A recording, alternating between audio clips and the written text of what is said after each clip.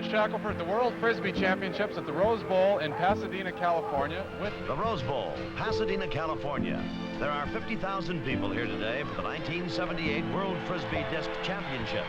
The United States, Canada. Welcome to Huntsville, Alabama for the 1993 Professional Disc Golf Association World Championships. I'm John Hauk here in the town of Chili, where a former farm takes its place in disc golf history.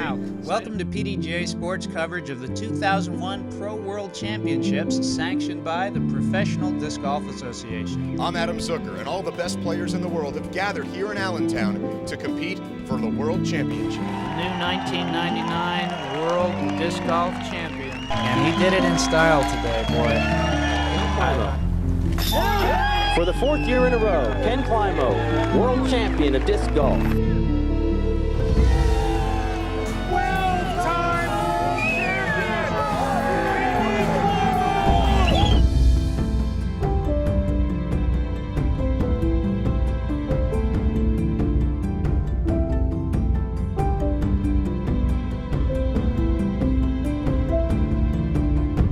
My name is Chris Dickerson. Simon Lizotte. Kade Filimoehala. My name is Tamm, and I'm playing for Team Lizotte 64. I've been playing for about 7 years casually and maybe probably 4 years competitively. Yeah, this is my fifth World Championship now, and it feels a bit like a marathon. It's a 5-round event. Even the 4-round events feel pretty long for us because usually we only play 3-round tournaments. I've played at 5 total. This will be my 5th World Championship. I think 16 was my first one, 16, 17, 18, 19. You know, I try to come in with no expectations, just trying to not put any pressure on myself, but definitely I want to play well. Both courses actually here at Mulligans and at the Fort, there's a couple holes I might play for par. Something I definitely would not have done 2 or 3 years ago. The heat really doesn't bother me. Out here there's not that much humidity, so for me, it's hot, but it's not anything unbearable. Of course, the expectations are high, but kind of my goal is to take these bigger goals into smaller goals. I'm going to have the same expectations for this tournament or the next or the next. I'm just going to come out here and do my best and see where that puts me.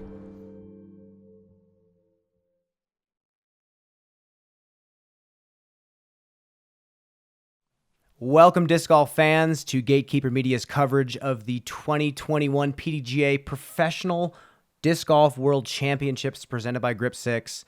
I'm Brian Earhart, joined here again by my co-host Nate Perkins. Nate, we are here in Ogden, Utah. We've been here for quite some time, and the time is now. The tournament is finally here after a year hiatus, 2020, not having a World Championships, and we are back on the world stage. Nate, how you feeling? Man, it's the biggest tournament of the year. This is a life-changing event. Ogden, we're at 4,500 feet of elevation, and it has been hot, Brian. That is the biggest story of this event so far, is just managing the heat out here. I mean, we've got 2 difficult courses here at Mulligans and the Fort, and they are complete opposites of each other. Probably the most polar opposite courses we've seen at a World Championships. And the card that we have in round 1 is absolutely fantastic, a great display of disc golf talent.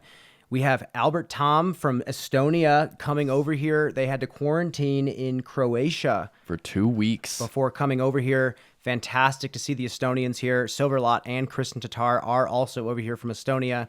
We have Kade Filimoehala, a local from Utah, young kid, absolute crusher of the disc. We saw him on Gatekeeper Media coverage for the Utah Open, shoot a 10 down at Mulligan. So I'm really looking forward to seeing what he can do to start this tournament off. And we also have Simon Lizotte, after coming back from an elbow injury and actually playing fantastic at the events we've seen him at so far this year, taking a little aggression out of his play and potentially playing a bit more disciplined as of at least right now. So we'll see what he does at this World Championships. And then to finish it off, another player who we haven't seen a lot of lately, Chris Dickerson, actually built a house out in Tennessee and had been taking care of some life things at that time, and he's finally back, and I'm so stoked for this event. Let's jump into it. Hello and welcome, disc golf fans, to the front nine coverage of round one of the 2021 PDGA Professional Disc Golf World Championships presented by Grip 6. I'm Brian Earhart, joined here by my co-host Nate Perkins. Our commentary this week is actually sponsored by Bria Disc Golf. Thank you so much to them. Nate, we are in Ogden, Utah. Yet again, we've been here for quite some time, and the time is finally here. The world stage is about to begin. Yeah, this is still the biggest event in disc golf. This is a life-changing event. We're in Ogden, Utah. We're at 4,500 feet of elevation, and there have been record temperatures here. That is the biggest story coming into this event. Players have been here for a couple weeks now. We've got two difficult courses. We're starting out at the Mulligans Golf Course. Yeah, wide open course, completely polar opposite. We're going to move into the Flight Factory drone preview. Make sure to check out flightfactorydisc.com. Hole one, wide open bomber shot. As you can see, the OB water is on the right. We have hazard bunkers that are also OB. We have a basket sitting on this green. This is our MPO. Just put it in play right off the bat. 340 tee time. First on the tee pad today, representing Germany. Let's give it up for Simon Lizotte.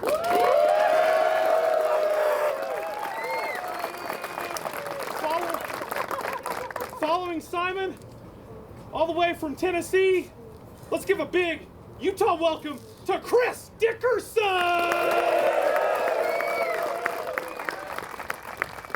next competitor is joining us all the way from Estonia.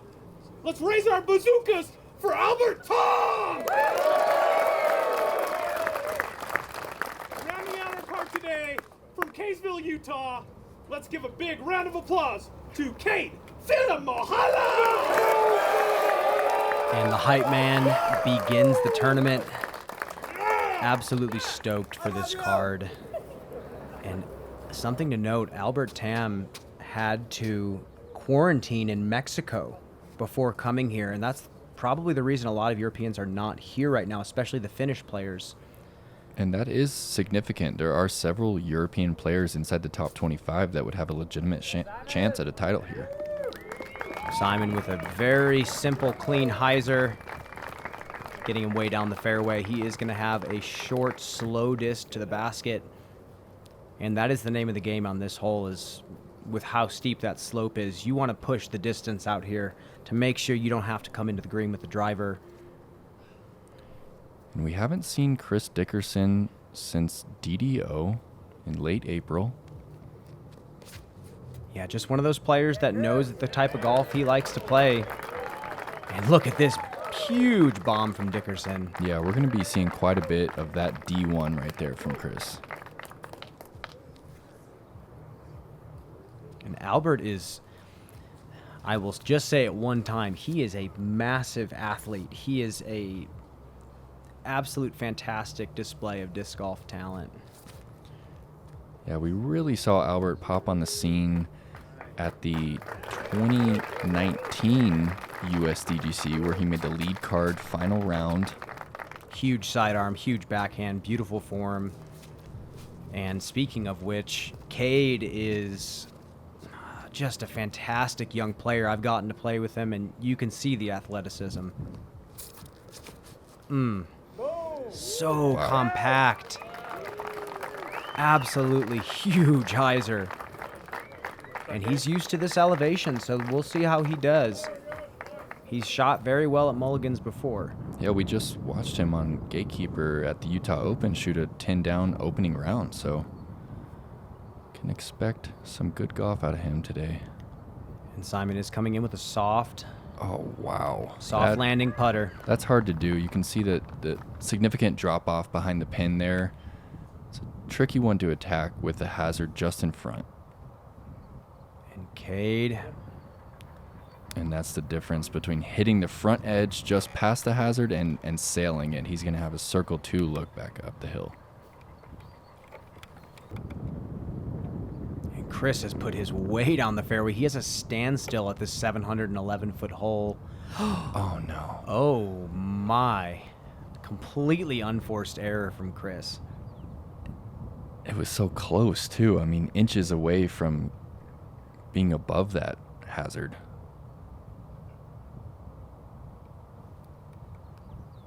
Nice and soft. Look at this soft shot. Completely stalled it, and it's bounced into the bunker. What a reaction. Just not far enough. Kade is going to be totally fine starting his tournament off with a 4.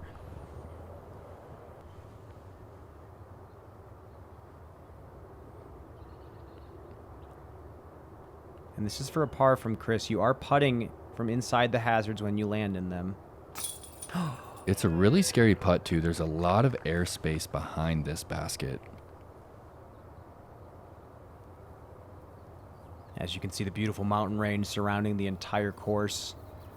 One of the more scenic places we get to play all year. Here's Albert for a par save as well after the longest drive.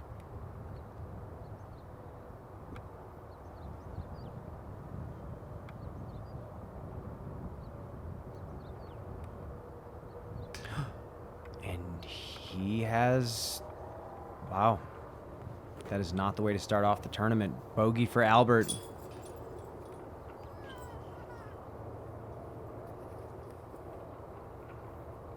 The entire disc golf world is happy to have that man back right there, Simon Lizotte. And we're going to move into number 2. Nate, what do you think about this shot? 369, there's quite a bit of danger left, as you can see there on the green. This one, you can't quite see the basket, and it's hard to get it to check up before that pond that's only 15, 20 feet deep. Mm-hmm. Yeah, you kind of want to land your drive. If you are going for this righty hyzer, you want to land on the hill. See the disc hit the top of the hill and then bounce down to the basket. If you're hitting on the backside, you are getting a almost turbo boost down into the OB, and he looks to be safe. It's a downhill putt for birdie. It's a FD3 from Simon. Big congratulations to Discmania on the move they're making with the in-house production.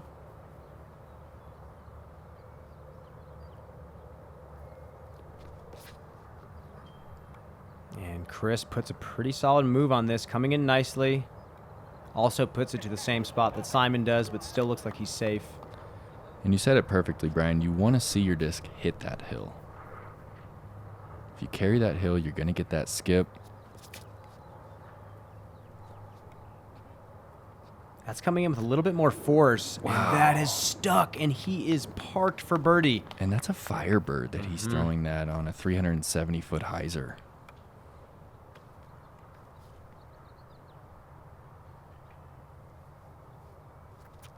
Albert with a little bit lower sidearm. Not quite sure where that landed. I don't see any OB markers. He looks to be safe on the front side. Likely a blind putt from right there.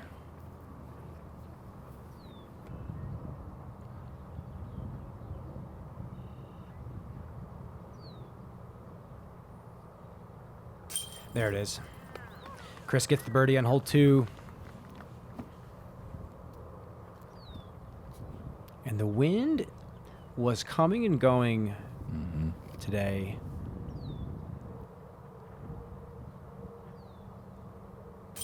Simon drops his in as well with nice tempo. I think that's something to watch, actually, with Simon. I mentioned the word tempo. The way he throws his shots is a tiny bit different than before. The way he even putts is a little bit different than before.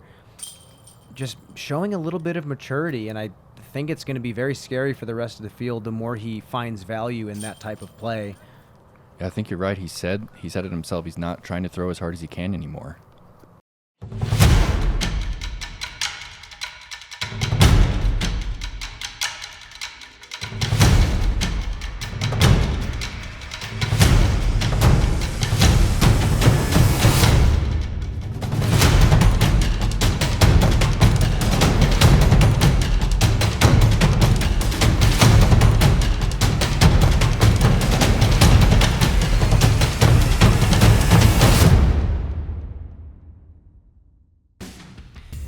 hole number 3, 402 feet. OB hazard green, or OB green and an OB hazard sand trap blocking this basket, so you cannot necessarily land it with a lot of forgiveness. Simon has a bird fly right in front of him. Wow, getting worked. The thing to note, though, the path is not out of bounds. So you can go left of the path. There is a pond left if you do leak a bit too much, but this has to be a very disciplined hyzer, and Simon has sawed this one off a little bit. I think he's going to be able to lay up at least for a 3. That's a PD that Simon's throwing there. Yeah, so going control driver. It's almost like you kind of want to land on the left edge of the green if you want to park the basket. But Chris is just going to throw his to the far side again.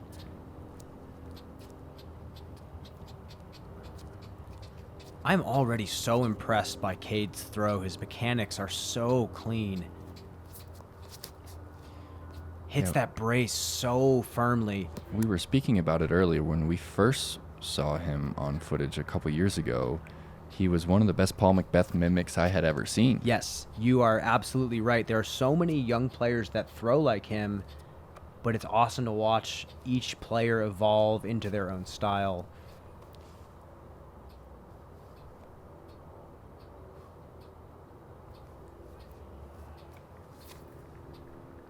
This is a Fortress from Albert, and that looks to be the best line of the group. And he's landed in the OB. Was that in the hazard? Yeah. Wow. He is out of bounds. Simon just going to take a 3 and move on. One of the tougher birdies on the course, that's for sure. Kade is putting with the Alpaca. It's an Infinite disc. He's local to the area. Infinite is one of his primary sponsors alongside Innova.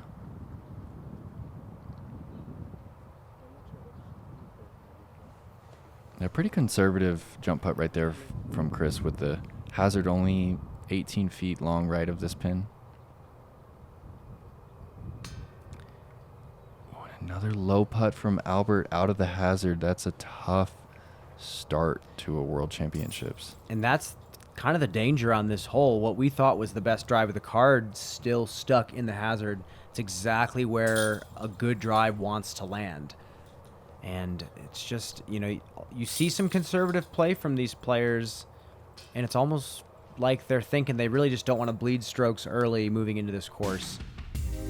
Hole 4, 453, and it's every bit of 430 to clear the water here. We were playing into a slight headwind.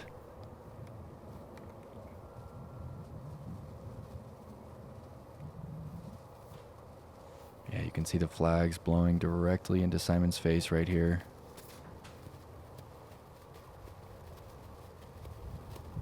That is looking pretty good.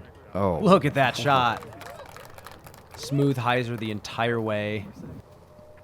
That was a DD3 from Simon. Yeah, his discs are just flying slower, and they have a little bit more spin on them, too, so they're just holding that angle in the air. I actually really, really like the way he's throwing the disc right now. I think he's going to be a better player.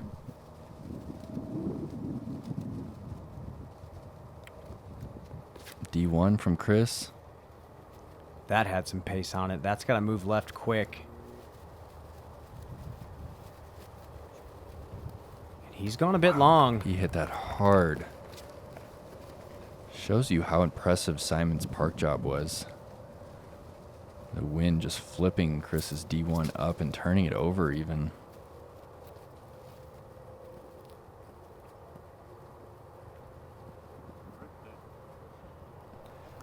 Kade going 30 long with that Halo Destroyer on a pretty steep hyzer angle.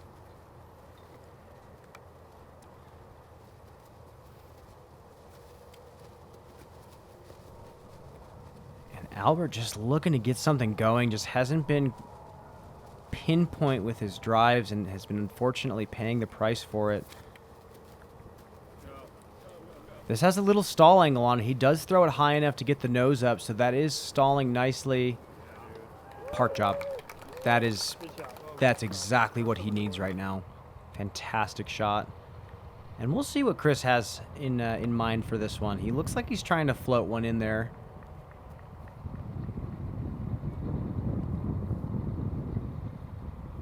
Yeah, tough basket to run.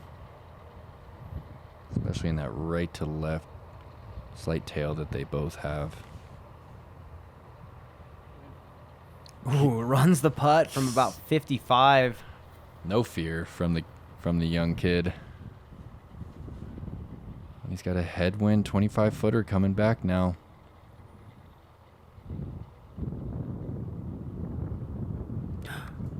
Airball right, and he's put himself to the edge of circle one again, it appears.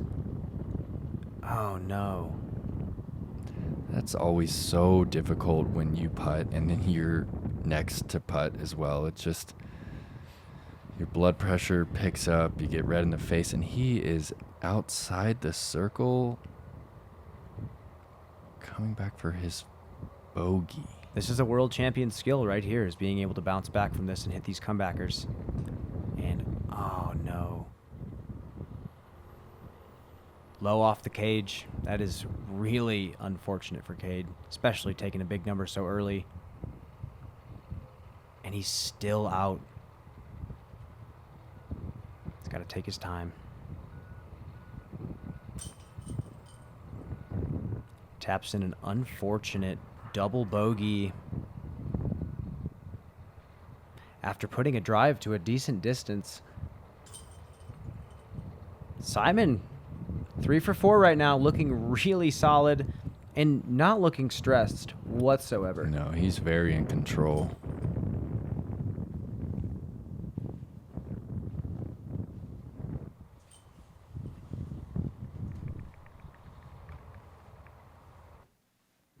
The Firebird has changed my life.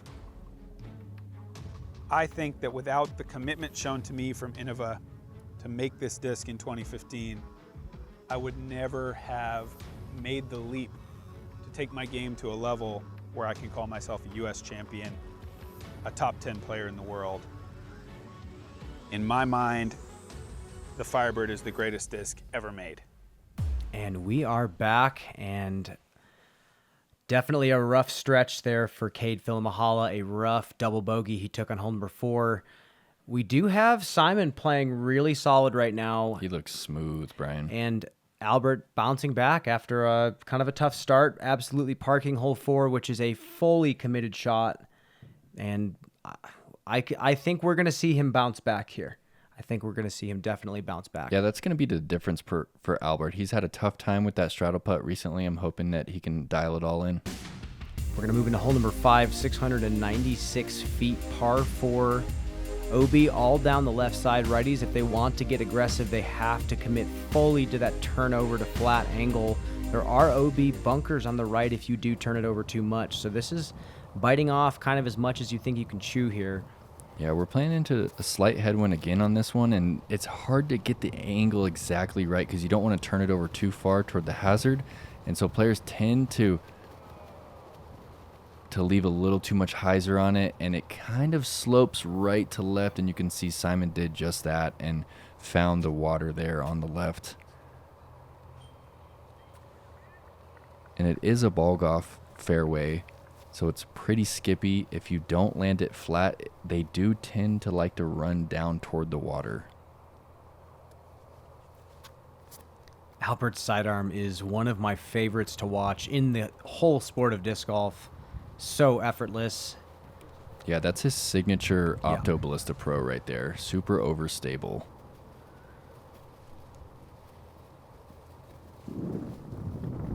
Chris actually slowing it down for this one. He's going FX2. Just trying to get a little bit of turn and just land this one pretty flat. Oh, wow. That is definitely a seasoned FX2. Normally a decently stable to overstable disc, and for him to release that on so much hyzer, he must be seasoning that one in, especially at this elevation. And Kade just pounds the disc with a little hyzer. Look at that push to the right. He's going MD4 here, Brian. And let's actually take a quick form check look at Simon's. I know he did leak his left into the water, but I did want to make a note here. Just looking at a little bit more compact form from Simon, he does kind of tilt the nose up a bit on these drives now.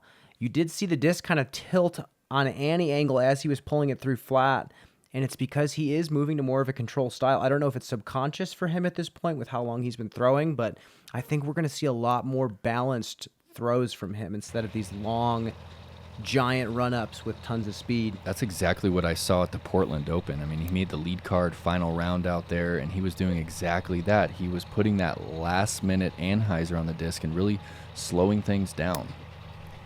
And Kade has skipped his into the water OB. He's going to be putting for par, I believe, from circle 1. Albert does not like it, but it does look to be okay.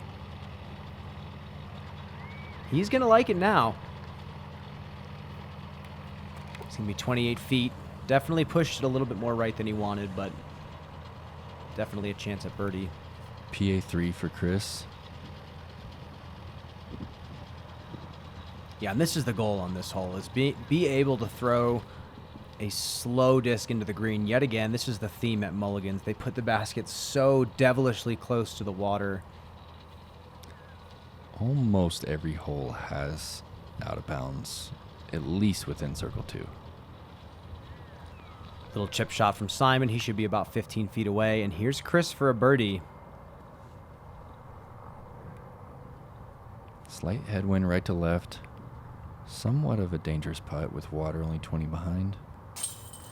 There it is. That was a confident stroke.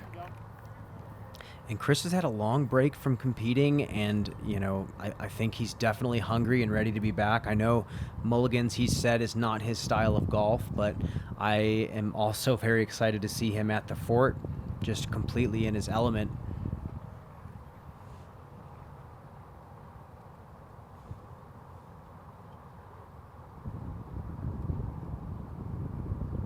Yeah. There's that putting stroke from Kade. Yeah, Brian, we've had one major in nearly 2 years, and Chris was the champion of that major. I haven't really heard his name brought up too much in the discussion of who's going to win this title. Maybe because we haven't seen him out on the tour. He skipped the entire West Coast swing.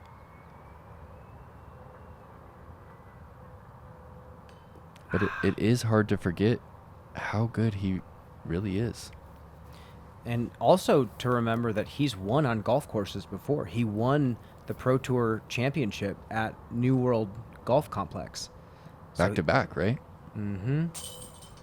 So again, like you said, at World Championships, they're starting to give you 36 holes of varying golf. We see it in Vermont. We see it in Peoria.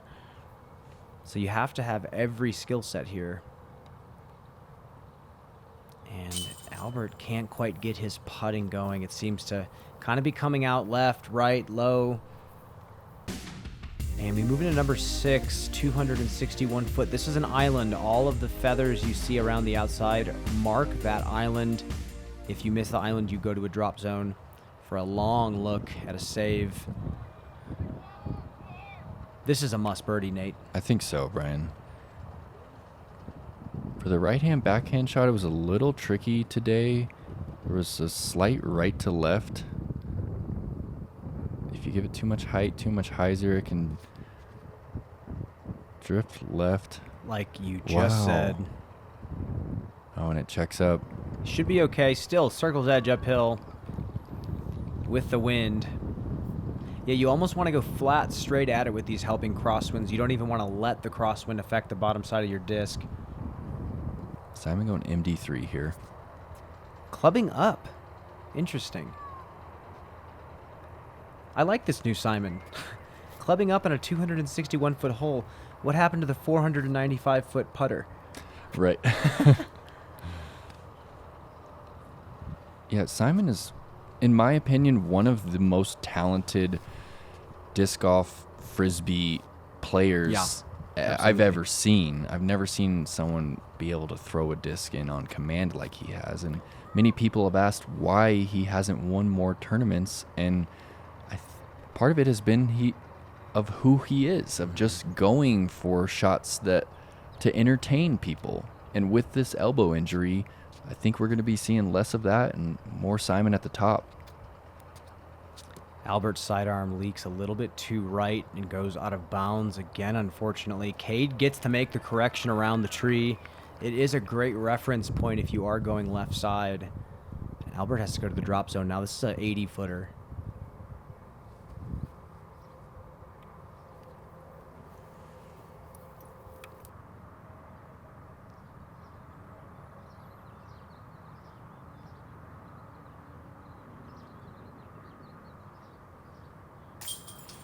Another birdie for Chris. That's 2 in a row. 3 under par. Tying up Simon.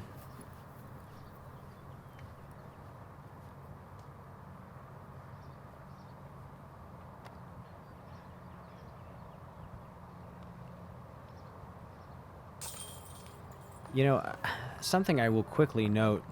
There is a lot of talk in lower levels of disc golf about bragging about throwing your putter as far as you can and being that player, but something that over the years I've grown to respect and enjoy a lot more is what Simon did. The down tempo, a distance that you know you can throw a putter, but somehow for some reason you throw driver, even a mid-range.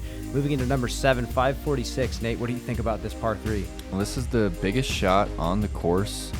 It's huge. You've got an OB green on the left that if you just don't connect fully on this right-hand backhand shot, you can find easily. Also, that fence comes into play if you rip it on too much ante. This is an elite par 3.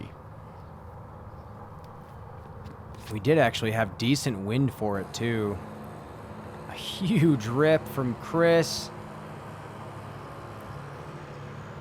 And I believe that's circle 2. I can't quite tell from this angle, but I think he's going to have every bit of a look at a birdie here. Let's see if Simon has the 546 in the tank. Look how slow that run-up is, Brian. And he goes pretty power hyzer out of the hand. I think he's playing that conservative. Oh, no, he didn't. No. And this was his... He can't believe it. He's just laying it up, and he just skipped his DD3 right into the water. And that's the Simon that we've grown to love. Is he's just able to laugh at himself, even at the biggest stage. I wonder how he feels now that he is laying up on holes and he's now going out of bounds laying up. Now he's facing the issue that we all have. It's a black hole. Laying up for bogey is the worst feeling. Look at that footwork from Kade. He just comes through so quick. What a crush from Kade getting to the fence line. Oh, that's almost pin high. It is pin high. 546. I'm noticing already, yeah, like you said, he used to throw a lot like Paul McBeth, and now his weight transfer is much more powerful and lower body oriented. It's really, really nice to watch.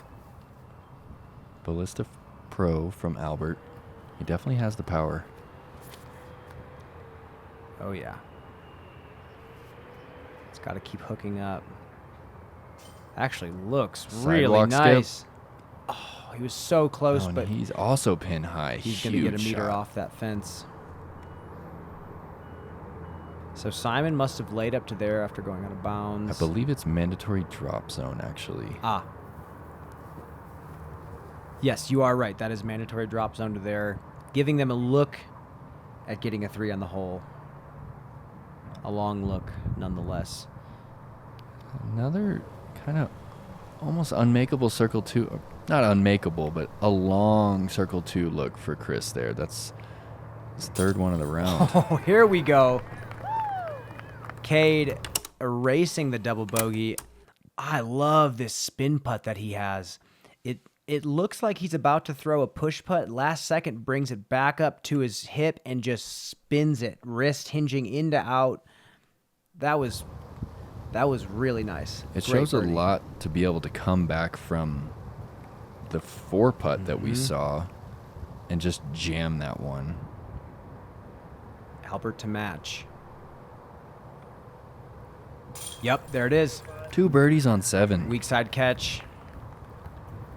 Albert is capitalizing on these huge par 3s, getting hole 4 and hole 7.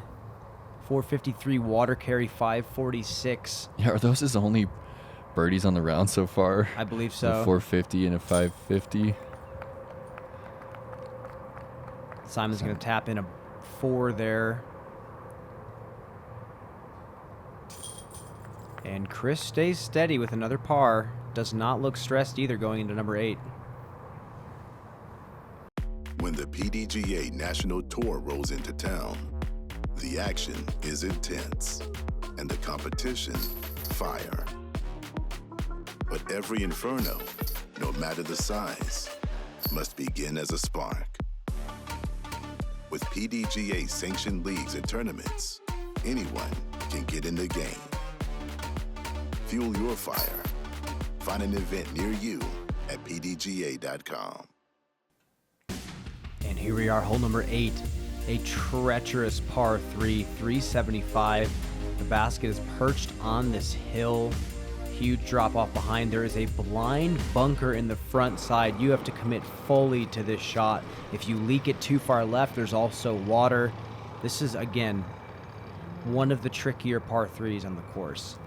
And is he going Nova? This is a Nova, Brian.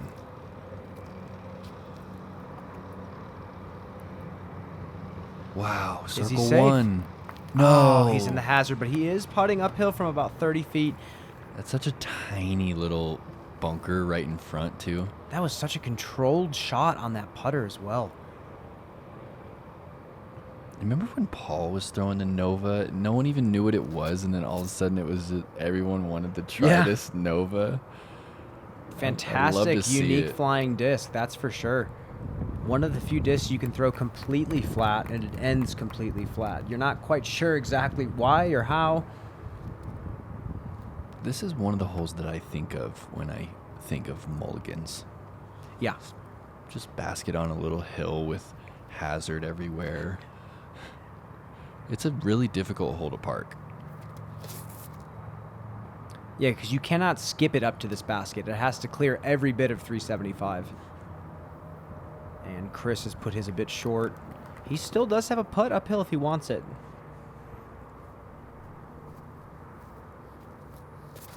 Simon is going with a hyzer here. He's going FD3, really steep angle. Yeah, he's safe. That's right inside circle 1, I believe.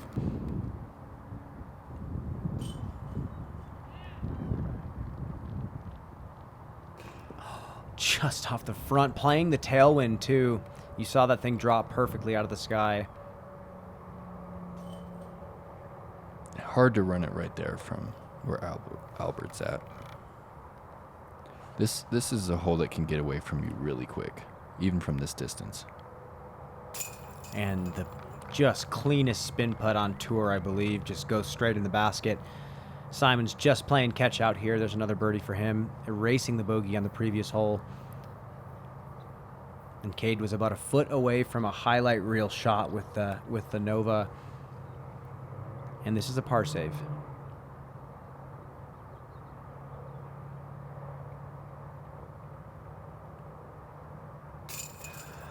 And it sticks on the weak side. I'd love to see him continuing to fire those putts in, though. It's funny, we talk about Paul McBeth again, but truly, it's almost following Paul's trajectory. He even admitted when he was a kid that he was firing rockets at the basket, and over time, naturally, the tempo got better and better.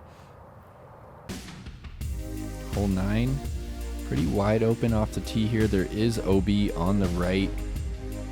They've moved the basket a little closer to the hazard this year. Pretty straightforward par 4. One of the biggest fairways we have. Yeah, players get to open up on this one.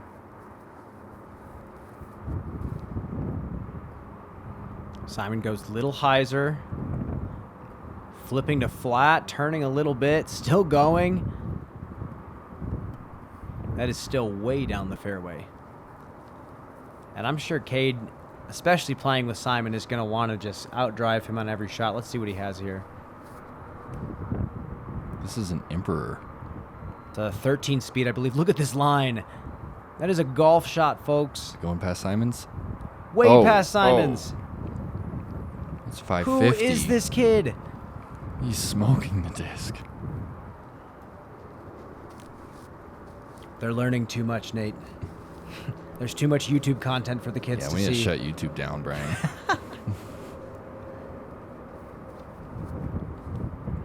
Wait, then we wouldn't have jobs. And Ballista Pro from Albert. And not quite getting a full flight and nearly getting up to Kade. These guys are just working the disc down the fairway. There is a slight tailwind right to left on this one. Here's Chris with the D1. And that is getting shoved. It looks like there is a crosswind that he just didn't have enough time Kade for. form. I really want to jump to Kade's form. Hit it, Nate. Brian. Transfer of weight from his cross step to his plant step. Look at the back step here. Barely crosses. He leaves the ground for a little bit. He's leaving the ground multiple times. And that footwork reminds me of Double G so much.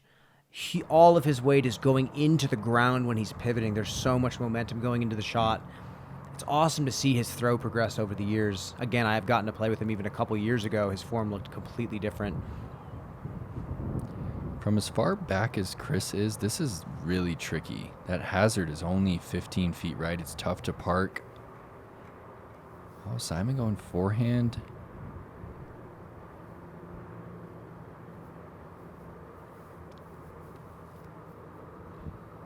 Oh, what a clean release. Yeah, solid looking sidearm from Simon. And I'm sure Albert wants to play to this side. He wants to throw the sidearm. That's easily his most accurate shot.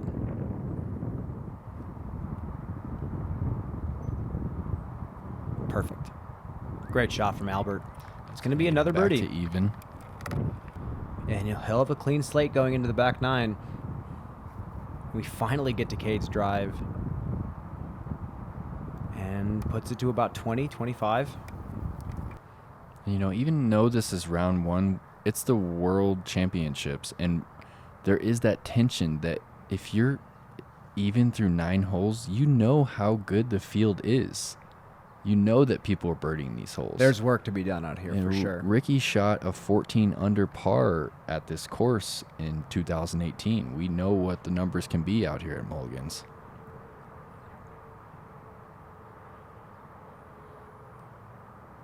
Yes, another weak side catch for Kade. He's showing a lot of poise, and it's pleasant to watch, especially after that heartbreaking double bogey. Albert for a birdie as well.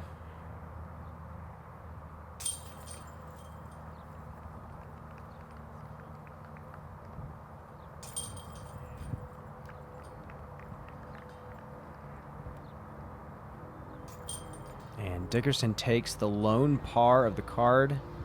We got a long way to go, Brian. Just 9 holes in for a 5-round tournament. What a treat this was to see Simon out here, and what a treat it is to watch Kade just bomb the disc. Chris with a clean front, 3 down. And as you can see, like you said, the field is coming to play. A lot of these players have been here for a few weeks now, getting ready for this tournament. Nate Sexton and my guy Connor O'Reilly shooting 7 down on the front. Thank you so much for watching. We will catch you on the back nine soon. Make sure to subscribe to Gatekeeper Media on YouTube. Again, I'm Brian Earhart. He's Nate Perkins. We are signing off, and we'll catch you next time.